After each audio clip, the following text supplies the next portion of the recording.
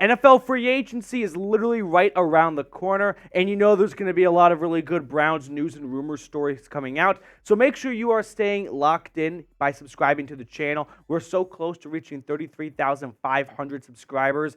We are only 16 away. So if you have not joined the channel yet, I invite you to go ahead and do so. That way you do not miss a single thing when it comes to your favorite team.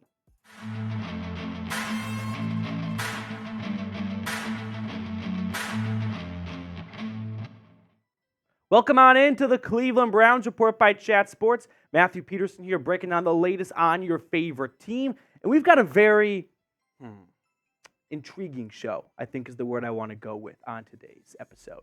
So let's get right into it. The first segment on today's show are the Browns trading for Justin Fields. We talked about this maybe 2 or 3 weeks ago when ESPN kind of tossed it out as an idea, and I thought we'd kind of move on from it, but then The Ringer tossed it out again, and coming out of the Combine, Justin Fields was one of the hottest topics, and so, once again, the Browns are linked to him-ish, so let's talk about it. I'm going to give this a fake news possibility. Not even giving one Bernie head. Not even half a Bernie head. The Browns are not trading for Justin Fields. If the Browns trade for Justin Fields, I'm doing a polar plunge in Lake Erie. That's how confident I do not think this will happen. But The Ringer was the origin of today's rumor because they listed the Browns as a trade destination when going over 10 Combine takeaways and thoughts out of Indianapolis. Now, the trade market, just talking NFL in general for a moment for Justin Fields, has been somewhat fluid. I mean, going into the Combine, it seemed like there were going to be a lot of interesting parties, and coming out of it, it might have cooled off a little bit. I think he's going to get dealt for a second-round pick and then maybe a conditional day 3 pick that could escalate depending on whether or not he re-signs with the team. But for now, it's a very fluid market with Justin Fields. But Andrew Berry has been no stranger to making quarterback trades. He's made 4 throughout his Cleveland Browns career. Trivia, if you can name all 4 in the comments section. But let's get into what was a lengthy article that we're going to break up into little segments. I'm going to give you my reaction as we go along to Ben Solik, who talked about Justin Fields potentially coming to Cleveland. Here's what he started off with.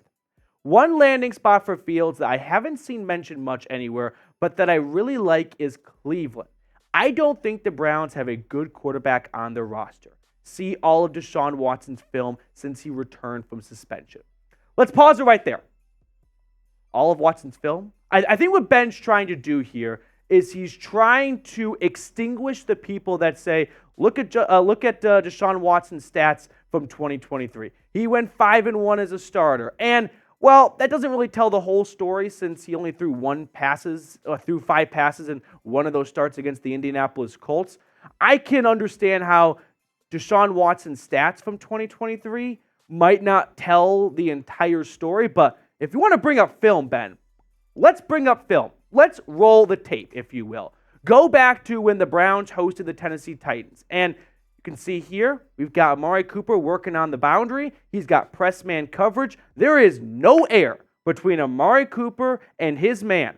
Pockets collapsing. And what does Deshaun Watson do? He drops an absolute dime for Amari Cooper. This is the play that should have been a touchdown, but the referee erroneously called Amari Cooper out of bounds. So if we want to actually talk about film here, there are plenty of great examples of Deshaun Watson making very high-level throws that are very difficult to make. Was it all glamorous? No, of course not. Deshaun Watson definitely had plays he would like to have back. But if you're going to act like he didn't have any good moments on film, you're just telling on yourself that you did not watch the Browns play very much in 2023, right? In that same game, you want more than just great throws on the sideline? Deshaun Watson is sacked here. Like, he is taken down, except he's not. He's going to get out of this, and he's going to make a great throw on the play to advance the ball and keep the drive alive. So we saw a lot of special things from Deshaun Watson on film, okay? Take me off screen for this next one, Jeremy. Let's look and see what he did a few weeks later when he plays against the Baltimore Ravens in what would unfortunately be his final game of the season. Leaves the pocket, no one's really open, and he's got a linebacker 2 yards in front of him. He's 2 yards behind the line of scrimmage. It's the fourth quarter, down by 1, 90 seconds to go, game on the line, and this should be a sack. This should be a tackle for loss, except it's not. You see, he's got Deshaun Watson wrapped up here. There's another guy on his heels, and Watson on this play is going to get out of the tackle. He's going to scramble for 15 yards, and he's going to get into field goal range for the Browns to walk it off and beat the Ravens. So if we want to talk about actual film, there is plenty of good film from Deshaun Watson in 2023. Again, was it all great? No, I'm not going to stand here and say Deshaun Watson did not have one single bad pass or one single bad decision. But to act like, well, if you actually look at the film, you're not going to see anything good. Dude, you just telling me that you only watched the Steelers game in week 2, which was not one of Watson's best games, no shying away from that, and you concluded, yeah, he sucked the entire season. All right, so you just didn't watch Browns game. Let's move on in the article. They would benefit from a low-risk, high-reward swing on the upside of Fields. If they find a starter in Fields, they can escape out of the back door of what is proving to be a catastrophically bad Watson contract. Let's break this down with the beginning part of it, which is the low-risk, high-reward. If you can get Justin Fields for cheap, yeah, who's going to say no? Yes, you'd have to pay a decent, not even that high of a salary for 2024, but 2025, if you pick up his fifth-year option, he'd be one of the most expensive backup quarterbacks ever. If Deshaun Watson ends up having a great season and you don't turn to Fields after this low-risk, high-reward trade. So if you can get Justin Fields for like a 6th-rounder, who wouldn't say no to value like that? But he's not going for a 6th-rounder. So we can kind of just remove that from the equation. And also, catastrophically bad contract? Give me a break, dude. The NFL salary cap just went up $30 million. Deshaun Watson is not even one of the 5 or 6 highest paid quarterbacks in football right now. He's making $46 million a season. Daniel Jones is making $40 million. Catastrophically bad? If it was so catastrophic, the Browns would have been a 1-win team last year because of Deshaun Watson's contract. No, they're still able to put together a great ball club and go out and win 11 games and go to the playoffs despite a catastrophically bad contract. This is just you saying you don't really understand how the NFL salary cap works, and you just think, well, $230 million guaranteed means even if Watson's not good, the Browns are screwed forever. It's just not the case. That's not how the NFL salary cap works. We're looking at purely cap hits and more importantly, cap hit percentage. And as the NFL salary cap continues to go up and up and up, and what did Amazon Prime pay for just one game? Like $120 million? Guys, if the Browns are truly in a bind in a year or two and need to get out of Deshaun Watson's contract, it is not going to be this massive headache that people right now think it's going to be. Now, before we get on to the rest of today's video, I do want to shout out our awesome sponsor today, which is Mando. Warmer weather, let's be honest, it leads to funkier smells coming out of places you don't want to be smelly. So grab some Mando whole body deodorant and nip body odor in the bud. Put it on your pits, your package, your feet, and beyond for whole body freshness. From the makers of Lumi deodorant, Mando is clinically proven to work hard all day. Instead of covering up BO with heavy fragrances, Mando stops odor at the source, stopping the stink from happening in the first place. Now here's the special offer for the Dog Pound. Get $5 off a starter pack with our exclusive code and link when you use code CHAT at shopmando.com. That's shop, MANDO.com/chat. You use promo code CHAT. So, personally, I really enjoy using Mando because as the warmer weather comes, I start to walk to work more. It's about a 30-minute walk for me, but just trying to be a bit healthier. And I know when I get in the morning, that deodorant I put on when I got out of the shower, it's almost useless at that stage. So I've got Mando just waiting for me on my desk, and I am ready to roll. So if you want to improve your whole body smell, get started today and go to shopmando.com and use code CHAT. When you do that, you're going to get $5 off the starter pack, which equates to over 40% off in total. So what are you waiting for? That link is in the comments and description of today's video. Back to Ben's write-up here. He wrote, "We know that Cleveland is interested in mobile quarterbacks. Josh Dobbs, P.J. Walker, and Dorian Thompson-Robinson were all either in camp or starting games for them last season. We know that analytically minded general manager Andrew Berry should always be interested in high upside gambles at the quarterback position. I'm going to stop you right there. PJ Walker is not a mobile quarterback. I don't know if Ben just assumed because Josh Dobbs and DTR are mobile QBs that PJ Walker would be too, but no. PJ Walker is absolutely not a mobile quarterback. PJ Walker in his NFL career has 80 rushing yards. 80 rushing yards. And you're going to tell me you know what's best for the Browns because they always go after mobile QBs like PJ Walker. Once again, you just didn't watch the Browns play last season. And I kind of want to say I get it because if they're not your team and you've got another team, why would you watch the Browns over your squad on Sunday? And you can watch Red Zone, but Red Zone doesn't really tell you the whole story of every single game. So I think this is just more, I didn't really watch this team last year, and I just think this would be a cool idea. To wrap it up, here we go. And we know that new OC Ken Dorsey has worked with a big-bodied, physical QB runner before in Buffalo with Josh Allen. The fit is good. If there isn't a clear starting job available for Fields on the open market, I think the Browns are a good option for his career and for their future. You just described Deshaun Watson. Big-bodied mobile quarterback. Do you think Watson's like 5'10"? And he never ran the ball before? They used Deshaun Watson in a lot of run packages last season. He had a lot of designed quarterback runs. He scrambled for some huge and very important plays in 2023. If you are thinking, man, Ken Dorsey would love a big mobile quarterback, that's number 4.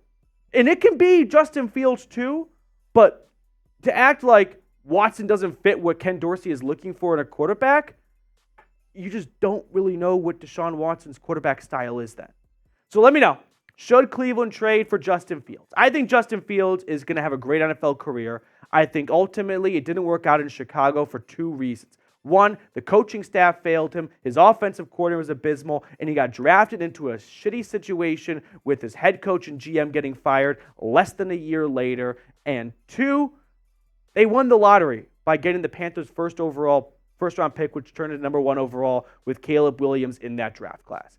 I think that is the ultimate reason why the Bears are moving on from Justin Fields, not because he has been a disaster for them. So I'm excited to see where Fields goes on his next step, but it's not going to be Cleveland. All right, last segment on the show. Deshaun Watson trade. Is it a failure? I've seen this discussed a lot since Russell Wilson was released by the Broncos. I'm going to give it 1 Bernie head. I think I would be sticking my head in the sand too much if I acted like it has been a perfect trade and everything's gone to plan and there are no problems whatsoever. No. And honestly, you could even talk me into this being like a 1.5 Bernie heads because let's be honest, there have been some shortcomings. I don't think Andrew Berry and Kevin Stefanski would have thought this is how it would have gone after 2 seasons. But I think the real reason why we're talking about this is because Russell Wilson was released, and he was traded not long before Deshaun Watson got dealt to Cleveland. So the two of them kind of got lumped into the same trade, and now we're comparing those 2 trades since they happened within a few weeks of one another. But the 2 trades are different, right? I mean, for starters, Denver's lost a lot of football games. The same is not true for Cleveland. The Browns just won 11 games, and Deshaun Watson did not play all 11 of those games, nor should he get all the credit for it, but he was a part, and the games he did play, you can even remove the Colts game, right? Went 4-1 as a starter, 3-1. He helped them win a lot of important games. He helped them take down the Baltimore Ravens and give them their last loss with Lamar Jackson as his starting quarterback till the AFC Championship game. So Browns took down the 49ers.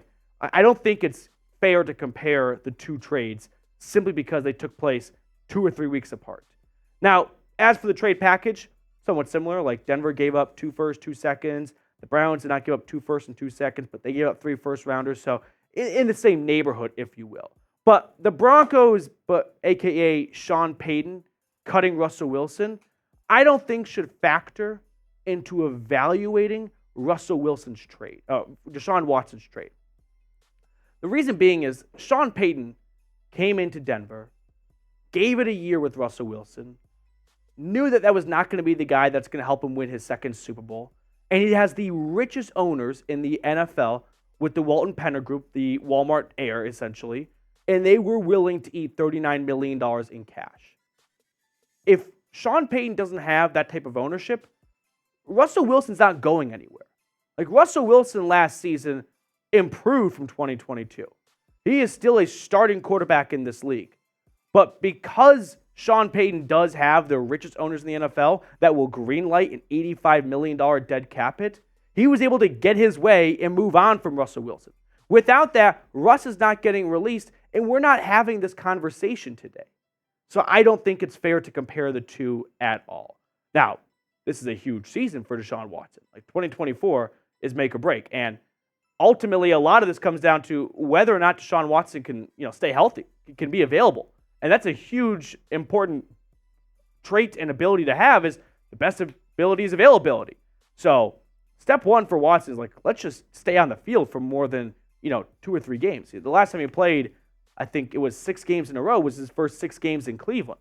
Last year was constantly kind of in and out of the lineup for stretches. So it is kind of a make or break season in 2024. If Watson doesn't show the Browns reason to latch on for longer, then they will likely look into maybe drafting a QB next April. But for now, all sights are on 2024, and I'm confident that Deshaun Watson is going to have a strong season.